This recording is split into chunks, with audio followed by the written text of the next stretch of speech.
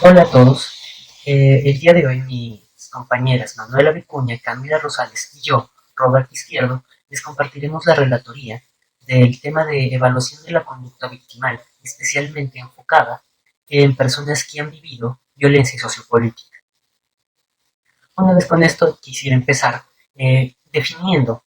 y dejando claro el concepto de lo que se entiende como violencia sociopolítica. En este caso, la violencia sociopolítica, al igual que todo otro tipo de violencias, es una conducta la cual infringe y violenta la integridad y derechos de nuestro sujeto. Pero en el caso de la violencia sociopolítica, su distinción es que el móvil de este tipo de vulneración de derechos es la búsqueda y la obtención de poder tanto político, económico o social.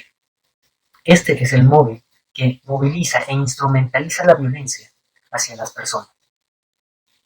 De este modo, ahora entenderemos que la violencia sociopolítica se presenta en conflictos principalmente, donde hay posturas o partes encontradas las cuales están peleando por este tipo de control. Una vez dicho esto, hay que tener en claro que en la guerra o en conflictos no todo se vale, debido a que hay que entender que para las Naciones Unidas y para todo ente extranjero o interno hay reglas que se deben respetar en conflictos. Entre ellas está, y la más principal, que toda acción violenta debe evitar el daño a la población civil, o en lo posible minimizarlo al máximo, de tal modo que la población civil no sufra o no viva consecuencias de manera directa de este tipo de violencia. Sin embargo, en los conflictos que se presentan tanto de manera interna en los países como se ha presentado en Colombia durante todo este tiempo, ya sea por diferentes agentes que se enfrentan al Estado por búsqueda del poder y el control y de ideales políticos, sociales o económicos, siempre hay vulneraciones y hay actos que violentan la integridad de los sujetos enmarcados en esta búsqueda del poder. Una vez entendido esto, debemos comprender también que las víctimas de este tipo de violencia son personas generalmente que podemos identificar, si bien a veces con facilidad, otras veces no. Debido a que la violencia sociopolítica no solo tiene una presentación o una forma, al igual que los otros tipos de violencia, como la violencia intrafamiliar o la violencia basada en género, tienen múltiples manifestaciones, como puede ser el terrorismo, la desaparición forzada, el abuso sexual, adicionalmente la tortura y el desplazamiento forzado, entre muchas otras, las cuales, dependiendo de cada sujeto, variarán, ya que en la evaluación de este tipo de violencias hay que tener en cuenta o muy presentes los mecanismos de afrontamiento de cada sujeto, ya que no es lo mismo vivir una experiencia para una persona que para otra, ya que para una persona puede ser más traumático o fuerte vivir ciertas experiencias que a otra. Sin embargo, en este punto hay que aclarar que todo tipo de violencia genera una ruptura abrupta de la vida cotidiana, generando un fuerte impacto en la realidad psíquica de las personas y en su salud mental, ya que la violencia, si bien está orientada y se reconoce principalmente por las secuelas físicas que deja en los sujetos, también hay secuelas psicológicas que hay que evaluar. Y en este caso entramos nosotros los psicólogos, quienes entramos a evaluar este tipo de secuelas, su gravedad y si éstas son fruto de estos actos violentos. Ahora bien, en este entendido debemos comprender que las personas que son víctimas de este tipo de violencia tienen ciertas particularidades o que siguen cierto patrón, debido a que suelen ser personas que suelen ser abandonadas por el Estado. Esas personas a quien nadie les presta atención, personas a quienes pueden despojar de sus tierras, personas a quienes pueden asesinar y nadie dirá nada. Personas como campesinos, mujeres, niños, quienes se encuentran en un estado de vulnerabilidad que hace que esta violencia se les aproxime y sea más factible con ellos, debido a que son vulnerables, como ya dije, ya sea por su posición socioeconómica, su nivel económico, su nivel educativo incluso, porque debemos tener en claro que son personas también que son de bajos niveles educativos, ya que Debido a esto no conocen las rutas y mecanismos para denunciar los actos de los cuales están siendo víctimas o fueron víctimas. Adicionalmente son personas que biológicamente son incapaces de defenderse, debido a que muchas de ellas son mujeres y niños quienes generalmente suelen ser maltratados, abusados o desplazados en ausencia de entes gubernamentales que los protejan. O en algunos casos, los entes gubernamentales son quienes ejercen este tipo de violencia. En este sentido, son personas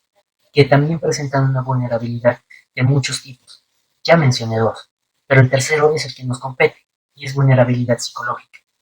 debido a que todos somos vulnerables a este tipo de violencia y a cualquier otro tipo de violencia, debido a que los actos violentos son aquellos actos abruptos que rompen nuestra rutina de muchas formas y que generan un fuerte impacto y que no podemos manejar con nuestras herramientas de afrontamiento, debido a que son de tal impacto que nos dejan desconcertados.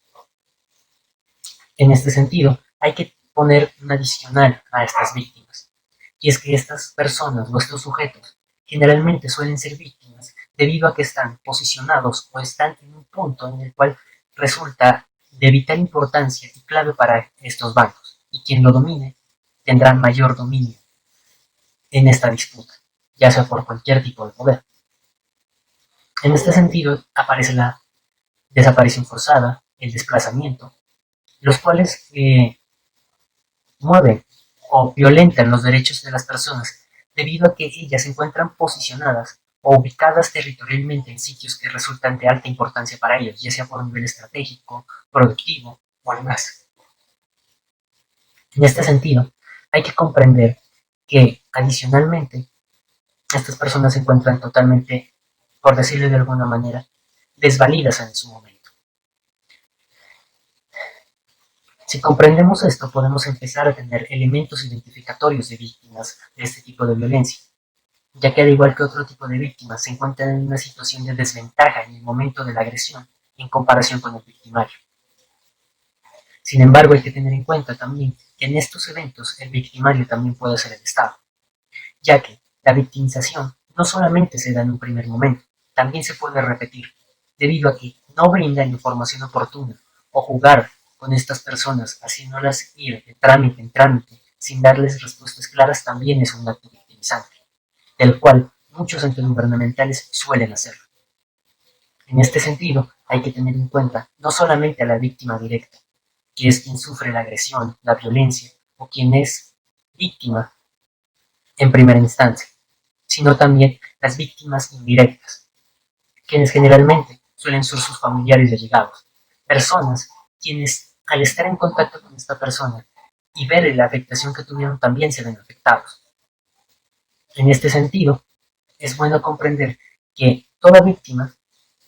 eh, no es solamente ella la víctima, sino todos aquellos que la rodean.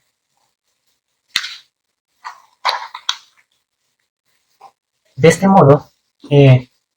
debemos comprender muchas cosas de la víctima para poder generar una evaluación psicológica acorde y apropiada con ella. Los elementos específicos de este tipo de evaluación más adelante mis compañeras los tomarán. Sin embargo, yo daré generalidades respecto a esto, debido a que las víctimas generalmente, en un principio y en una primera fase, después del acto violento,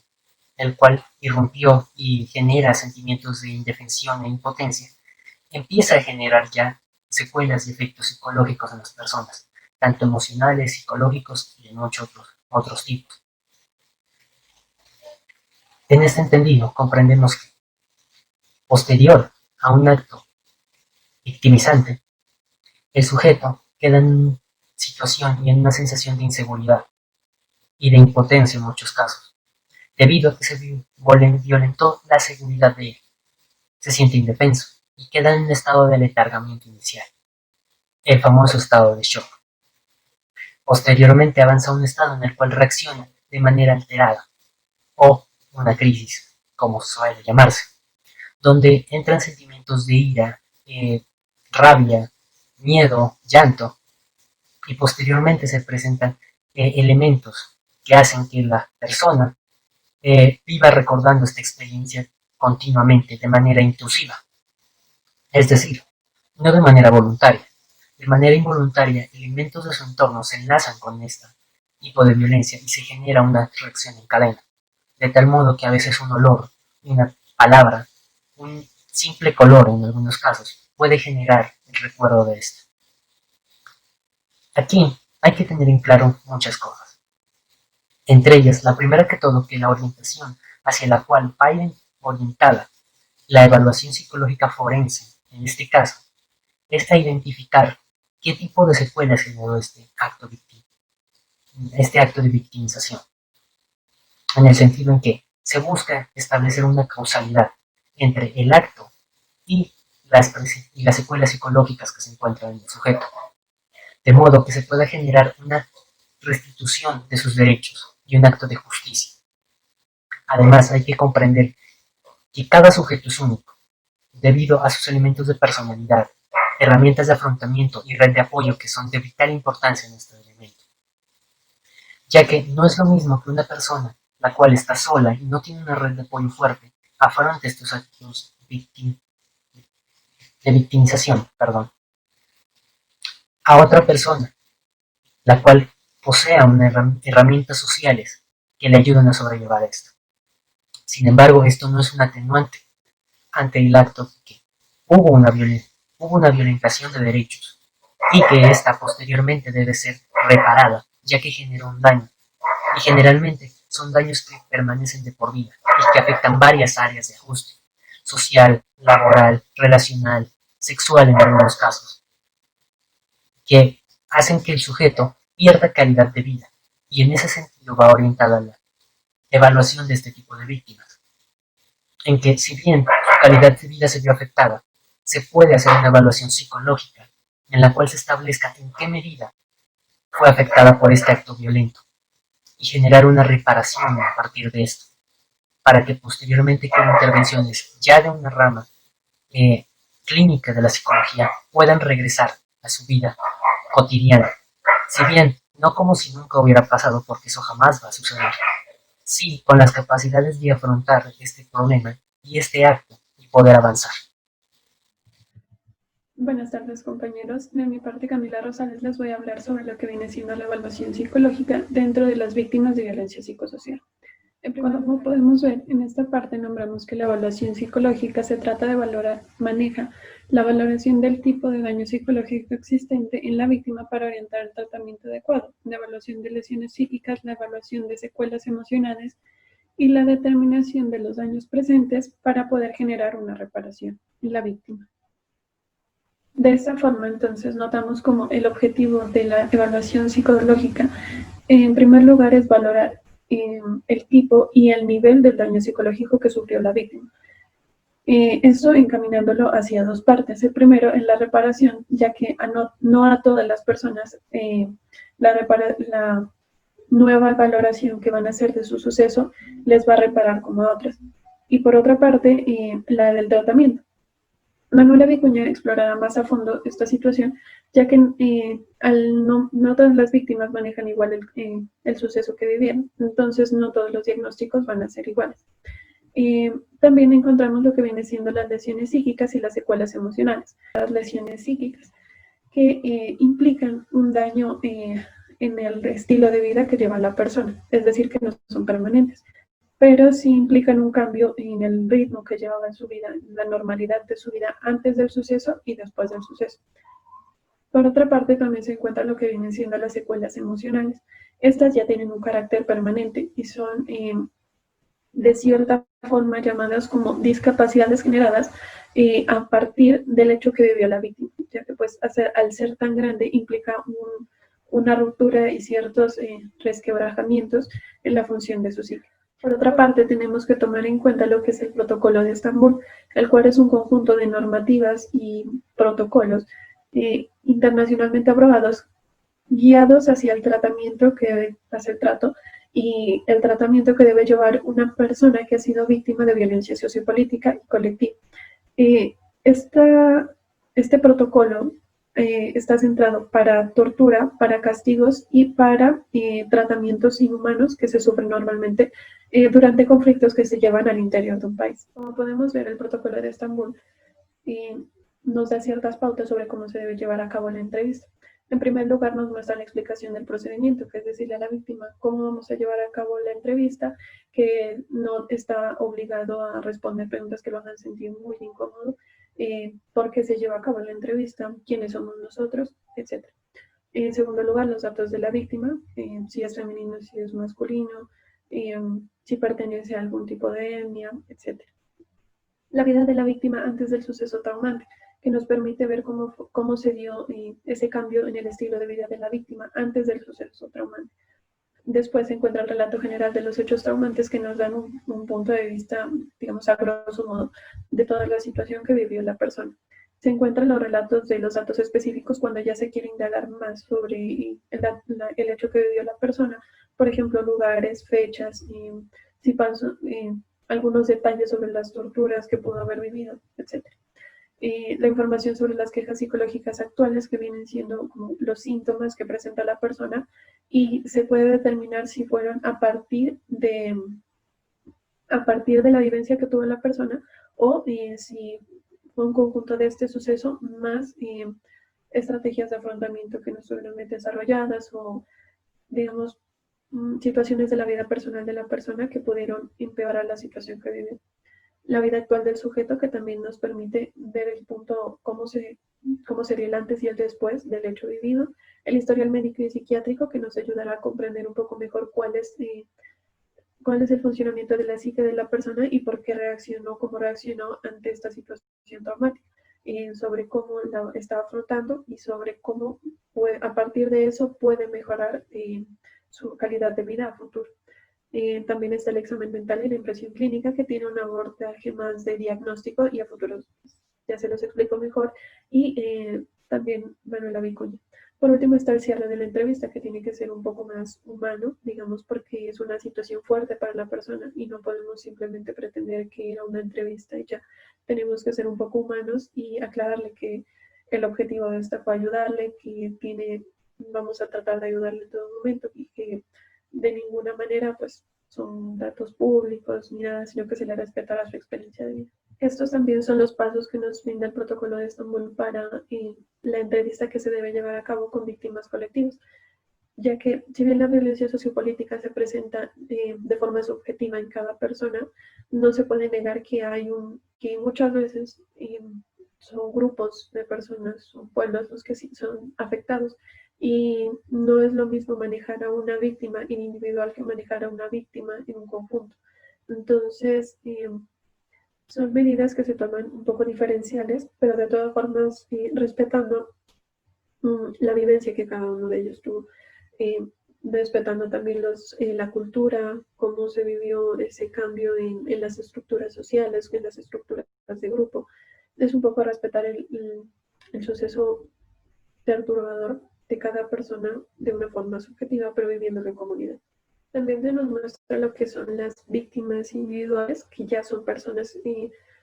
ante las cuales se busca profundizar su vivencia, pero de forma más subjetiva. Se parte de dos puntos, dos protocolos, dependiendo si la víctima individual va a ser entrevistada como parte de un grupo o si es una víctima que, digamos, no sufrió este tipo de violencia de forma colectiva, sino de forma individual. Cabe aclarar que los pasos que nombraba sobre la entrevista se aplican tanto para víctimas colectivas como para víctimas individuales. Con respecto al examen mental, podemos ver que no se encierra únicamente en cumplir unos criterios diagnósticos, sino que mira a la persona de una forma más completa. Es decir, considera elementos de presentación personal, decir de acuerdo a su edad, de acuerdo a la época, su comportamiento, si está ansioso, si está eufórico, su nivel de comunicación también, sobre si es claro, sobre si es coherente, sobre si está retraído o si oculta la mirada, por ejemplo, en comunicación no verbal. También su estado de ánimo, si se encuentra decaído, si se encuentra enojado. Es importante validar eso también. También se encuentra un poco lo que vienen siendo las relaciones sociales y el impacto que tuvo el hecho que vivió sobre sus relaciones afectivas. Si tiene el mismo nivel de cercanía, por ejemplo, con su madre, con su padre, con las personas cercanas, si se desenvuelve todavía de forma normal dentro de un entorno social. Y también se puede considerar lo que vienen siendo elementos de procesamiento mental, digámoslo así, y considerando elementos como memoria, como motivación, también como atención, podrían ser como elementos que nos den a entender cómo se ha estructurado esta realidad que vivió la persona dentro de su psique. También encontramos lo que viene siendo el informe pericial, que consta con los elementos que ya habíamos visto en su momento, como la entidad que lo solicita, las fuentes de información a las que se recurrió, que en este caso incluyen más también no solo a las víctimas ni a revisiones literarias, sino, por ejemplo, a entidades del Estado que permiten el acceso a documentos sobre si fueron atentados, por ejemplo, en pueblos, sobre cómo sucedieron, cuándo sucedieron, la hora, que nos permiten corroborar los testimonios de las personas, sus vivencias, con, digamos, información un poco más de tipo gubernamental. También encontramos la metodología que incluiría el examen mental, incluiría la revisión bibliográfica, incluiría la entrevista, incluiría todos estos hechos que nos permiten aclarar cómo ha vivido la persona estos sucesos, la narración de los hechos tal como los cuenta él, la historia previa a esos hechos, notando el cambio que hay entre eh, que hubo en la vida de la persona a partir de este hecho, la consolidación de los resultados, diciendo si hay algún tipo de diagnóstico sobre las medidas de reparación que no obraba inicialmente, sobre los tratamientos si son necesarios, demás. Y la bibliografía y los anexos, donde también se pueden encontrar elementos como la entrevista, exámenes, perdón, cuestionarios o informes que se hayan hecho a nivel psicológico para validar ciertos diagnósticos. Esto es lo que encontramos en el informe pericial. Con respecto a las conclusiones que podemos llevar después de una correcta evaluación mental, podemos encontrar el conocimiento sobre el nivel de afección de la víctima, sobre el nivel de afección psicológica, sobre su validez de testimonio, no tanto porque se ha inventado, sino porque hay algunos elementos como la emoción, como la motivación que vemos antes, que llevan a que muchas veces se mire en los hechos traumantes como mucho más grandes de lo que realmente fueron. También las capacidades adaptativas que tiene la persona antes y después del hecho perturbador. Eh, y a partir de ese elemento determinar si hay una causalidad sobre si los síntomas o sobre cierto diagnóstico que tiene la persona actualmente se debe a ese hecho perturbador. Por último, también encontramos lo que viene siendo la reparación de la víctima sobre las consideraciones psicológicas que se deben tener en cuenta para llevar una correcta reparación. A continuación, Manuela Vicuña les va a aclarar un poco sobre los diagnósticos que están asociados para las víctimas de violencia sociopolítica. Buenos días, compañeros, mi nombre es Manuela Vicuña y a continuación voy a continuar con la exposición de las víctimas de la violencia sociopolítica. Pese a que mis compañeros ya han brindado las definiciones pertinentes para comprender esta temática, me parece importante agregar la extensión de la definición que brinda el juez Sergio García Ramírez sobre víctima, que nos dice: al mismo ofendido, como cualesquiera otras personas que sufren, pero no a título de sujeto pasivo del ilícito, las consecuencias dañosas generadas por delito. Así, los familiares o dependencias económicas de ambos sujetos, activo y pasivo. Esto refiere que no debemos comprender como víctima únicamente al directamente afectado, sino también a las familias del mismo y a las comunidades cercanas. ¿Por qué? Porque no incluye únicamente el tema físico, de la agresión física o emocional, sino también las repercusiones económicas que esto conlleva y la afectación de su rol en la comunidad que habita. Ahora, el reconocimiento del daño debe entender los significados subjetivos que las víctimas han atribuido a lo perdido durante la guerra y no quedarnos únicamente con lo que consideramos nosotros que ellos necesitan desde afuera, porque son ellos en últimas quienes conocen en realidad cuáles son sus necesidades y preocupaciones reales. Los daños colectivos son aquellos ocasionados a comunidades, grupos poblacionales y sectores sociales que se han configurado como sujetos colectivos y tienen una identidad colectiva. Tal es el caso, por ejemplo, del cabildo o de algunas etnias y comunidades afrodescendientes o de barrios que quedan muy distantes de la ciudad y tienen su propio método de organización, por así decirlo. El daño concierne a la forma en que la violación de los derechos humanos y el derecho internacional humanitario impactaron su identidad y proyecto colectivo y cómo perjudican la calidad de vida y el goce efectivo de los derechos civiles y políticos de la comunidad o grupo social, más o menos retomando un poco lo que les mencionaba de la afectación de roles y desempeño del mismo en la comunidad propia. Algunas de las huellas e impactos psicológicos causados por la violencia se los voy a mencionar en este momento a modo de lista y a lo largo del video voy a desarrollar cada punto para hacerme entender mejor, para también saber diferenciar lo que son los efectos psicológicos y las secuelas que deja el entorno de violencia. A modo de lista podemos encontrar el encierro, el aislamiento, el silencio, las pesadillas recurrentes y repetitivas, el desinterés por cosas que antes se disfrutaban, la pérdida del deseo sexual, el descuido físico personal, el deterioro de la autoestima, la manifestación de enfermedades diversas, el deterioro físico, sentimientos depresivos, la frecuente aparición involuntaria de recuerdos sobre lo vivido, imágenes recurrentes sobre lo vivido, que usualmente conocemos como pensamientos intrusivos. Todos estos daños hacen alusión a las lesiones que sufren las víctimas en sus emociones, pensamientos y conductas ante hechos extremos o de carácter traumático. Se refieren a la imposibilidad de afrontar el evento violento y sus efectos, así como la dificultad de generar procesos que podrían dar continuidad a sus vidas, que podría ser, por ejemplo, decidir por sí misma, relacionarse con los otros, su proyecto de vida, fijarse metas, buscar emprendimientos, tanto solos como en un grupo o en su comunidad. Asimismo, muchas personas se repliegan dentro de sus hogares e imponen a quienes integran sus familias severas restricciones en las relaciones y conversaciones con el entorno. Entonces, son personas que ya no se sienten seguras en ningún otro sitio, por lo que buscan proteger a sus familias del mismo modo y se ensimisman o se encierran en sus hogares y no se relacionan más con la comunidad. Los hechos violentos, así como la impunidad que suele rodearlos, desatan una serie de sentimientos y emociones que pueden paralizar, mortificar y causar un profundo sufrimiento. Las víctimas refieren el miedo como la emoción más constante y generalizada. En este caso es muy complicado el sentimiento del miedo porque es un mecanismo defensivo usualmente, pero para ellos se convierte en un paralizante y les impide desarrollar sus vidas y avanzar en sus iniciativas familiares, comunitarias, sociales, etc. Y no pueden avanzar o reiniciar sus proyectos después de la agresión sufrida. Para ellos el mundo se ha tornado inseguro y por ello se vieron obligados a desplegar mecanismos de protección como el silencio, la desconfianza o el aislamiento, además de emociones de angustia frente a la incertidumbre o la posibilidad de que nuevas agresiones ocurran. También por la falta de información sobre el paradero o destino de ciertas personas en los casos en que se da desaparición forzada o los sentimientos de nostalgia y tristeza que surgen cuando las personas o bien son desplazadas a la fuerza de sus tierras o asesinan a sus seres queridos, o la misma familia debe fragmentarse para sobrevivir, tal y como ocurre en los casos en que llegan los paramilitares a algún sitio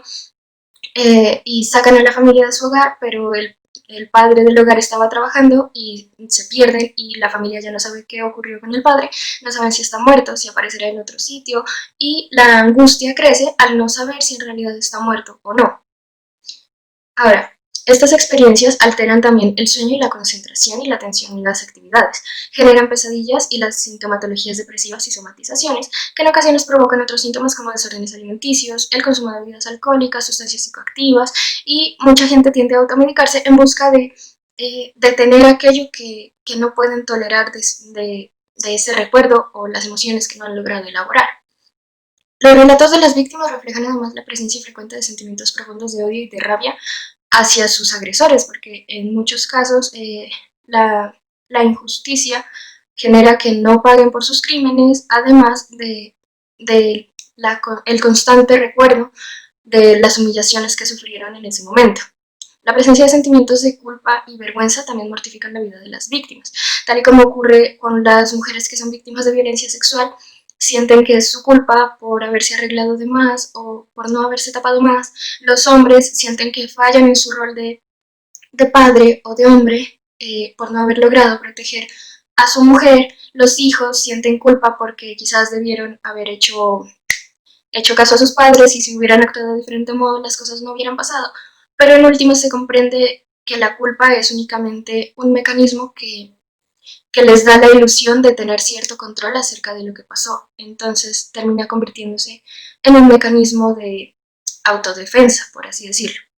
La culpa también puede recaer sobre el esposo o la esposa por haberse involucrado en una situación peligrosa, o en los mismos vecinos o miembros cercanos de la comunidad que se ven obligados a apoyar a uno u otro bando bajo amenazas, pero entonces la comunidad les recrimina eso a ellos, pese a que tampoco fue su culpa, ya que estaban bajo amenaza. Es el caso de escenarios, por ejemplo, en el que llega cierta guerrilla a un pueblo y amenaza o simplemente entra a la fuerza a una casa para hospedarse y obtener comida, y obviamente los campesinos no están en condiciones de decirles que no, pero posteriormente llegan paramilitares o el ejército y dicen que son guerrilleros por apoyar a los guerrilleros y acaban con todo. Entonces, si bien no es culpa de ellos, la comunidad considera que sí por haber apoyado. Hechos de violencia como las masacres, las torturas, la violencia sexual y las desapariciones forzadas son claros ejemplos de experiencias traumáticas que suelen destrozar los sistemas normales que dan a las personas una sensación de control, como hechos que marcan las historias individuales y colectivas que rompen abruptamente el curso de sus vidas y ponen en crisis no solo creencias, sino también relaciones y en general todos los aspectos que son fuerte sentido y soporte para la existencia. Es decir, la comunidad de cierto modo entra en crisis porque no pueden cumplir con sus rituales, se van perdiendo aquellas pequeñas cosas culturales propias del pueblo o de la comunidad que los hacen ser una comunidad cohesionada. Ahora, es necesario tener clara la diferencia entre los daños plurales y los daños colectivos. Los primeros hacen referencia a la afectación debido al mismo acto violento a múltiples personas. ¿Sí? Entonces, por ejemplo, en este caso podemos hablar de un pueblo al que llegan los paramilitares y sacan a todas las personas de este pueblo, a todas las torturan del mismo modo, a todas las desplazan del mismo modo, etc. Mientras que el daño colectivo, por su parte, guarda relación con la lesión de un derecho, a la paz, al medio ambiente, a la salud, a la educación o a la destrucción de un bien, que puede ser un puente, una escuela, un hospital, etc. Que si bien es un daño hacia un objeto, es a un objeto que toda la comunidad necesita y es por eso que se entiende como daño colectivo. Cabe resaltar que los daños individuales y colectivos pueden coexistir, así como los distintos tipos de daño pueden tener lugar en la experiencia de una misma persona. Es decir, puede ocurrir que los paramilitares llegan a este pueblo, destruyen sus hospitales, sus escuelas y torturan a todas las personas por igual. Entonces sería tanto un daño plural como uno colectivo. También se produce un daño colectivo cuando se vulneran masiva y sistemáticamente los derechos individuales de los miembros de la colectividad, como les estaba explicando, y la naturaleza colectiva del daño se verifica con independencia de la cantidad de personas individualmente afectadas, aunque este se presume cuando hay una violación masiva y sistemática de derechos individuales de los miembros de la comunidad por el mismo hecho de ser parte de la misma. Un ejemplo de daño colectivo, en este caso particular, pueden ser las organizaciones sociales o políticas de víctimas que buscan impedir, exterminar, silenciar o estigmatizar o castigar sus ideologías con el propósito de detener sus avances en acciones y luchas. Hay muchos reportes que dicen que este tipo de hechos han marcado la vida de las organizaciones, deteniéndolas, mermando las acciones de denuncia, de búsqueda de justicia, de organización social y de participación política, porque la gente ahora tiene miedo de hablar, miedo de participar, tal y como ocurre actualmente con el asesinato sistemático de defensores de derechos humanos y líderes sociales. Ahora todo el mundo tiene miedo de hablar porque sabe lo que va a pasar. Pese a que no le haya pasado directamente a la persona, comprende que en su comunidad es lo que funciona y es peligroso. Por efecto de la violencia, los roles que se desempeñan dentro de sus familias cambian abruptamente. Cuando se presentan situaciones de viudez, hombres y mujeres asumen sobrecargas psicológicas y económicas en medio del dolor y la desolación. Los huérfanos y huérfanas ven disminuidas o impedidas sus fuentes de protección y respaldo. Los niños a veces tienen que trabajar porque asesinan a sus figuras proveedoras. Numerosas familias incluso se desintegran. Muchas otras tienen que aguardar en incertidumbre el regreso de una noticia sobre el paradero de sus seres queridos. Generan transformaciones que causan sufrimiento emocional, aumentan las posibilidades de crisis y las familias en la mayoría de los casos terminan rompiéndose porque no logran tolerarlo ni siquiera como individuos, mucho menos logran avanzar como familia, como comunidad. Asimismo, las familias, especialmente cuando se han visto obligadas a desplazarse, se exponen a nuevos referentes culturales, sociales y religiosos que cuestionan sus pautas de socialización y que introducen inesperadas fuentes de tensión y de conflicto. Un ejemplo de esto puede ser cuando a una ciudad grande llegan personas de pueblos costeros, por ejemplo, y la gente dice, es que estos negros son bullosos, o es que ellos tienen estos rituales que no me gustan, y poco a poco se van mermando y se van disminuyendo en medio de las tradiciones o de las costumbres o de lo que en realidad es aceptado en esta gran ciudad. Para las comunidades indígenas, por ejemplo, han resultado especialmente dolorosas y desestabilizadoras las muertes y asesinatos de los líderes que cumplían un papel de apoyo y guía espiritual. La ausencia de significado para los familiares y la comunidad, no realizar rituales asociados a la muerte, al nacimiento y otros hitos importantes, bien porque son prohibidos por los actores armados o porque el asesinato de estos líderes ha hecho que no quede nadie que tenga los conocimientos para hacerlo o que no esté lo suficientemente preparado, lo que poco a poco desintegra a la comunidad, les hace olvidar lo que los hace ellos y los va mermando, y asimismo merma su esperanza de lucha, lo que es funcional para los actores armados, pero acaba con las comunidades. Tal es el caso, por ejemplo, de una mujer que refiere que en los 90 era imposible sacar a los cadáveres de un pueblo,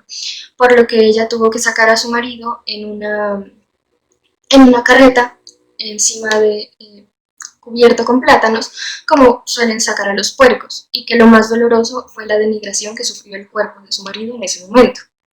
La guerra en Colombia ha alterado significativamente la propiedad y el uso de la tierra, afectando de manera especial a los pueblos y las comunidades indígenas y afrocolombianas que han visto sus territorios como usados, controlados, usurpados y expropiados para distintos fines. La disputa por el control territorial ha impedido que estas comunidades puedan ejercer la autonomía consagrada constitucionalmente y practicada ancestralmente. Es a este punto al que nos referimos con las secuelas psicológicas,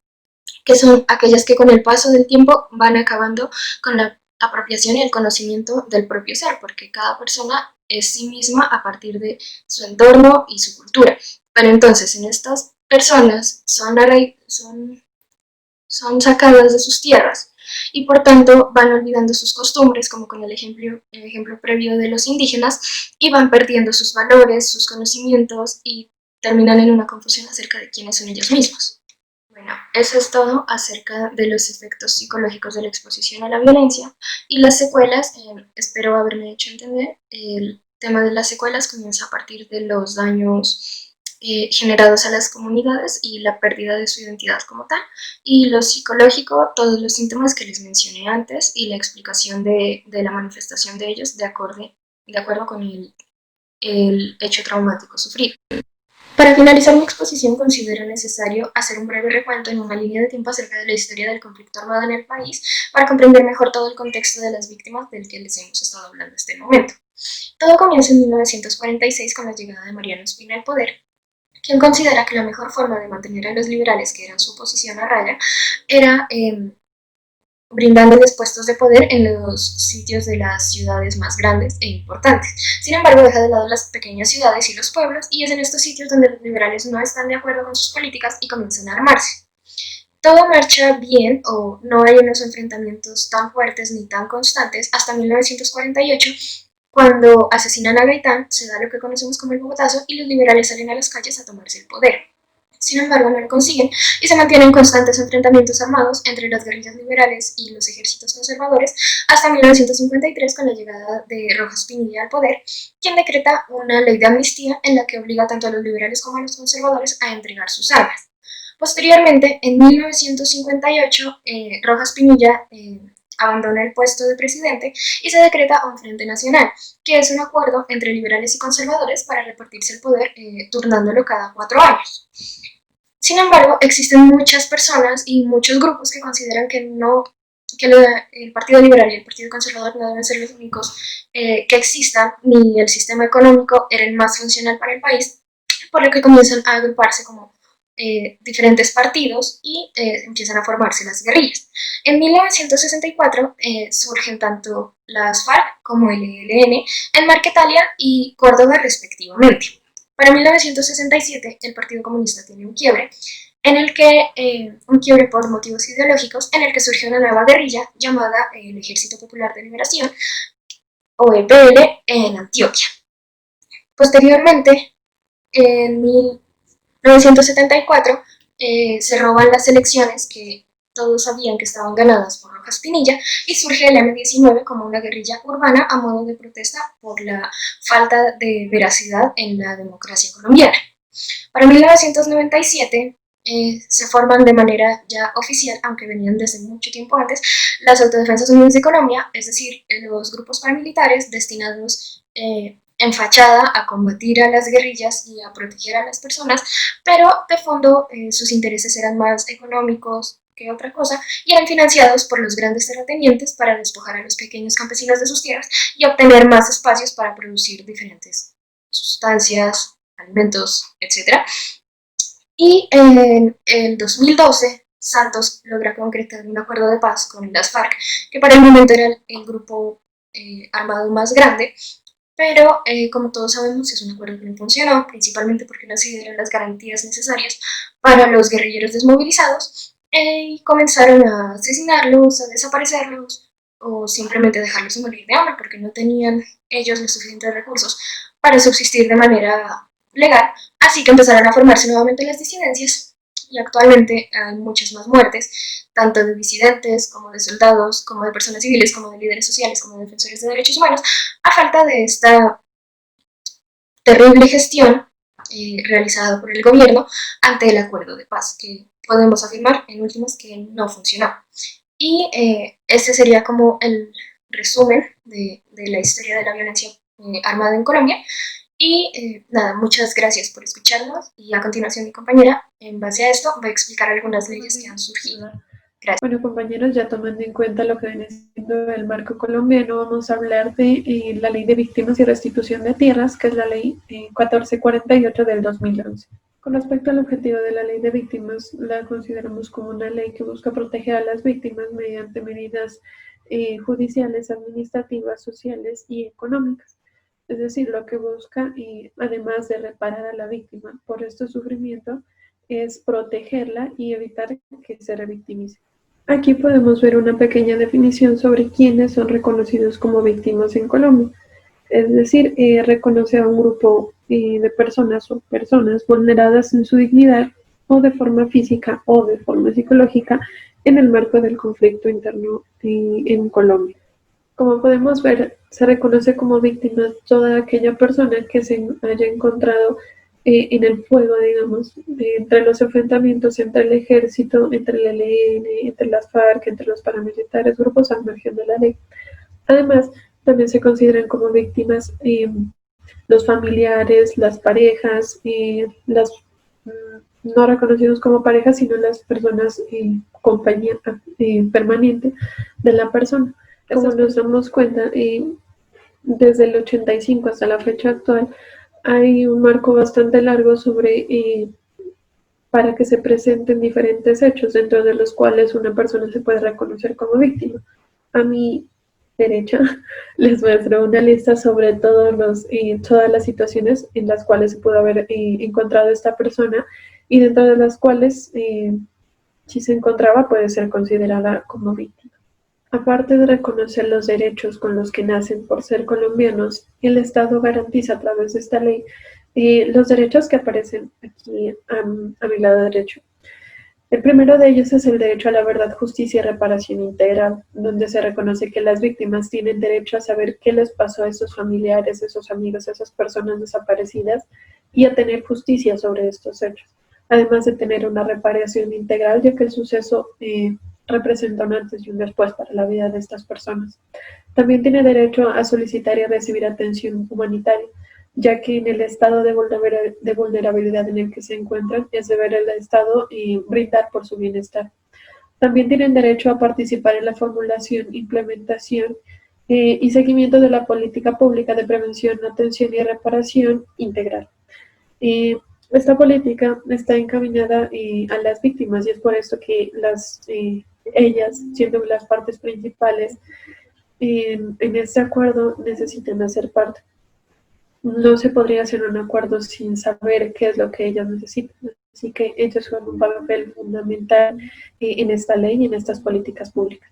También tienen derecho a retornar a su lugar de origen o reubicarse en condiciones de voluntariedad, seguridad y dignidad en el marco de la política de seguridad nacional. En esta ley, en este derecho, se resalta que el Estado tiene el deber de procurar la seguridad de las víctimas, es decir, que en tanto se pueda, el Estado debe ayudar a las víctimas para que el retorno a su lugar de origen, al lugar del cual fueron desplazados, sea seguro y estén en las mejores condiciones posibles. En este punto también se remarca lo que es el derecho a la restitución de las tierras, donde se reconoce que las personas son realmente sus dueñas y se les regresa sus tierras. Si presentaran algún tipo de daño, algún tipo de perjuicio, esto el arreglo de estos daños correría por parte del Estado. Con respecto a los derechos de las víctimas en medidas de atención y asistencia, es decir, los derechos que buscan restablecer los derechos de la víctima en el marco social, político y económico, encontramos tres elementos principales: salud, educación y atención. Con lo que respecta a salud, reconocemos que las víctimas tienen derecho a, primero que nada, ayuda de emergencia, ayuda médica de emergencia, y en segundo lugar, a estar afiliados a una EPS dentro del régimen subsidiado, y también tienen un apoyo para lo que vienen siendo prótesis, para lo que vienen siendo cirugías, lo que vean necesario de acuerdo al daño que hayan sufrido en el suceso que vivieron. También encontramos lo que es el derecho a la educación. En el derecho a la educación encontramos cuatro pilares fundamentales. La educación que encuentran en primaria, secundaria y bachillerato debe ser gratuita y cuentan con ciertas ayudas para los implementos escolares. En el paso tienen facilidades para la entrada al SENA. También tienen prioridad y ciertas facilidades para acceder a la educación superior, educación en la universidad. Y por último, también tienen el derecho a que se le perdonen créditos de tipo educativo. Por último, en lo que tiene que ver con el derecho a la atención, tienen derecho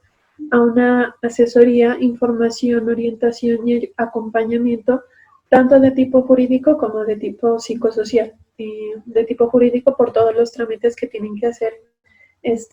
al ingresar al registro único de víctimas, y de parte psicosocial por todo el hecho que ellos vivieron en el marco del conflicto. Como último punto, vamos a hablar de la reparación integral de las víctimas en las medidas de atención y asistencia. Encontramos 5 puntos en este factor, los cuales son indemnización, reconocimiento, rehabilitación, satisfacción y garantías de no repetición. En primer lugar, hablamos del reconocimiento, donde se considera que todas las víctimas tienen el derecho de volver a la normalidad antes del hecho victimizador. Aquí entran elementos como lo que nombraba antes, tanto si sus tierras o si sus casas se vieron perjudicadas por el conflicto, es deber del Estado restituirlas para que las personas puedan volver a la normalidad. En segundo lugar, encontramos lo que es la indemnización, que viene siendo una ayuda económica que el gobierno ofrece a las víctimas del conflicto armado interno. En el caso de que haya muerte, la ayuda económica pasa a los familiares de estas víctimas. Por tercer lugar, encontramos lo que es la rehabilitación, donde se habla de una recuperación de las víctimas tanto a nivel físico como psicológico. Encuentran atención médica, encuentran una afiliación a EPS y también tienen derecho a asistir a los PAPSIDIs, a los diferentes PAPSIDIs que ofrece el gobierno, que son los programas de atención psicosocial y salud integral a víctimas del conflicto armado interno. Por cuarto lugar está la satisfacción, donde se habla de una valoración de toda la situación por la que pasaron las víctimas,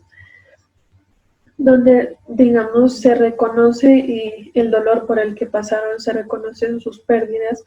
Y es gracias a este elemento que existe el Centro de Memoria Histórica, donde tienen el derecho a contar lo que pasó y a que eso que vivieron sea contado y todos sean conscientes de lo que pasaron. Por último, encontramos lo que son las garantías de no repetición, que es una garantía que da el gobierno para que todas las víctimas del conflicto armado interno no vuelvan a ser victimizadas, ni en el marco del proceso legal que tienen que llevar, ni ningún otro tipo de violencia. Lo que comentaba de volver a sus casas, a la normalidad, no puede darse en el caso de que siga el conflicto por este último acuerdo, porque no puede, se sale de las manos del gobierno evitar que estas personas sean revictimizadas. Bueno, compañeros, esta fue la exposición de nuestro grupo. Espero que haya sido de su interés y que pues haya sido de su agrado también. Cuídense mucho y nos vemos pronto.